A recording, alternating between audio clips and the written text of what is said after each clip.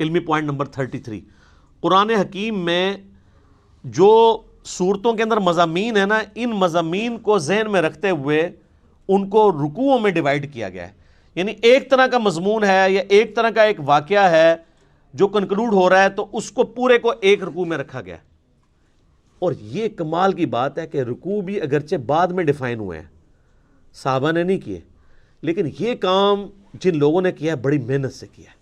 اور واقعی نظر اکا دکا مقامات پہ آپ اختلاف کر سکتے ہیں، ادروائز اگر آپ اوورال دیکھیں نا، جو رکوع ہے نا وہ اتنے پیارے خوبصورتی سے ڈیوائیڈ کیے گئے ہیں کہ پورے کے پورے مضمون ایک رکوع کے اندر کور ہوتا ہے، اور جیسے ہی اگلا رکوع شروع ہوتا ہے ایک نیا مضمون ہے.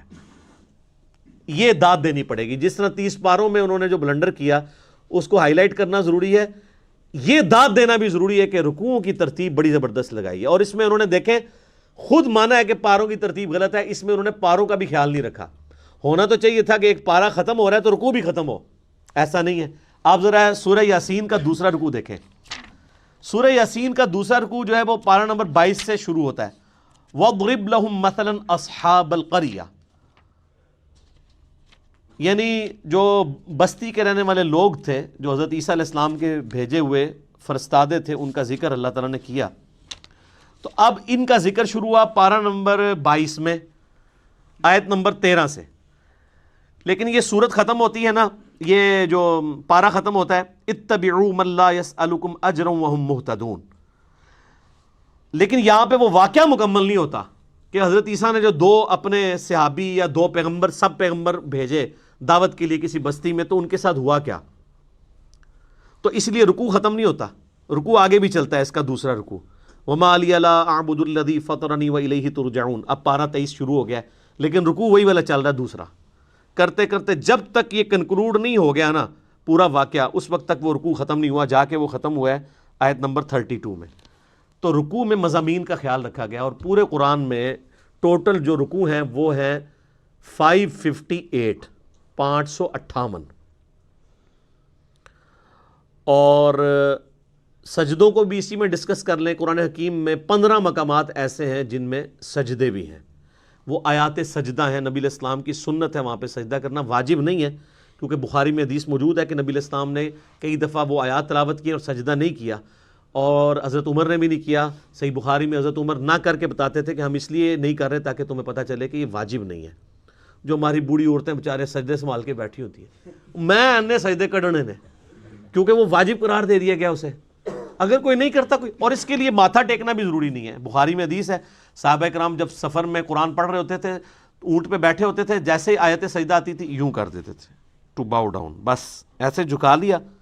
یہاں پہ بھی جب آیات سجدہ آتی ہیں، 9 سال میں ہم نے قرآن مکمل کیا ہے تو کبھی نیچے اتر کے نہیں کیا، ہمیشہ میں یہیں پہ یوں کرتا ہوں، باقی لوگ بھی بیٹھے بیٹھے کر لیتے ہیں. بس ڈاکٹر صاحب بیچارے اٹھتے تھے، سیٹ سے اٹھتے تھے، نیچے جاتے تھے، ویڈیو کیمرہ روکتے تھے، چونکہ وہ حنفیت کو فالو کر رہے تھے، اس لیے ان کو پتہ نہیں تھا کہ یہ تو ہے ہی نہیں وہ چیز جس کے اوپر اتنی بڑی مصیبت کھڑی کی گئی ہے. اور اس سے بڑی مصیبت کہ جی وضو ہونا بھی ضروری ہے. تو اس میں میرا کلپ بھی تھا کہ اب پاکستانی ٹیم کے نکاح ٹوٹ چکے ہیں، کیونکہ حنفیوں کے نزدیک اگر آپ بغیر وضو کے سجدہ کریں گے تو یہ اللہ کی توہین ہے، اور اللہ کی توہین کفر ہے، اور کفر سے نکاح بھی ٹوٹ جائے گا، بیعت بھی ٹوٹ جائے گی. تو فقہ حنفی کے مطابق پاکستانی ٹیم کے جیتنے کے اوپر اور سینچریاں مارنے پہ جتنے وہ سجدہ شکر ہیں وہ سارے بغیر وضو کے ہیں، وہ سب کے نکاح ٹوٹ چکے ہیں. لیکن پریشان نہیں ہونا کہ علمی کتابی ہو جائیں اور بخاری مسلم کو فالو کریں پھر کوئی نہیں ٹوٹیں گے. اب یہ نہ ہو کہ اس مسئلے میں فالو کریں اور باقی نماز جو ہے وہ آپ حنفی طریقے پہ پڑھتے رہیں، نماز بھی کتاب و سنت کے طریقے پہ پڑھیں. تو یہ 15 سجدے ہیں، 14 کے اوپر تو سارے متفق ہیں. میں نے اس کے اوپر پورا ایک لیکچر دیا ہے، مسئلہ نمبر 119،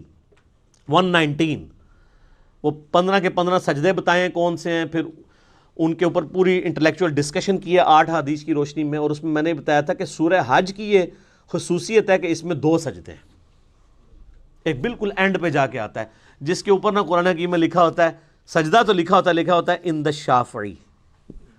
ٹھیک ہے، یہ شافعی سجدہ ہے، جیسے سنی درود، شیعہ درود.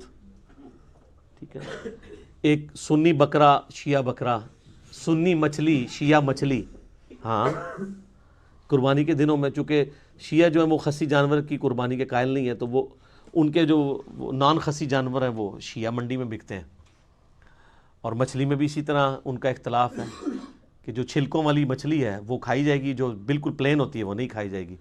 تو اس طرح قرآن کے سجدے بھی جو ہے نا وہ فرقہ واریت کی نظر ہوئے. تو وہ امام شافعی، ہم پہلے یہ پوچھتے ہیں کہ امام شافعی پہ کوئی وحی نازل ہوئی تھی؟ امام شافعی سے پہلے جو 200 سال کے مسلمان ہیں ان کے نزدیک سورہ حج کا سجدہ ہے تھا یا نہیں تھا؟ ایک سمپل سوال ہے. امام شافعی تو پیدا ہوئے 150 ہجری میں، فوت ہوئے ہیں 204 ہجری میں. امام شافعی کی پیدائش سے پہلے 150 سال کے جو مسلمان ہیں وہ کیا سجدہ کرتے تھے؟ وہ آپ حدیثیں اٹھا کے دیکھ لیں، جامع ترمذی میں، ابو داؤد میں، مسند احمد میں، کہ سورہ حج کی فوقیت ہے 2 سجدوں کی وجہ سے. تو احادیث میں تو 15 ہی سجدے تھے. اور امام شافعی کا موقف یہ ٹھیک ہے، یہ امام شافعی کا سجدہ نہیں ہے، یہ احادیث کا سجدہ. اور حدیثیں تو امام شافعی کے ابا اور دادا اور پردادا کی بھی پیدائش سے پہلے کی ہیں. تو سورہ حج میں 2 سجدے.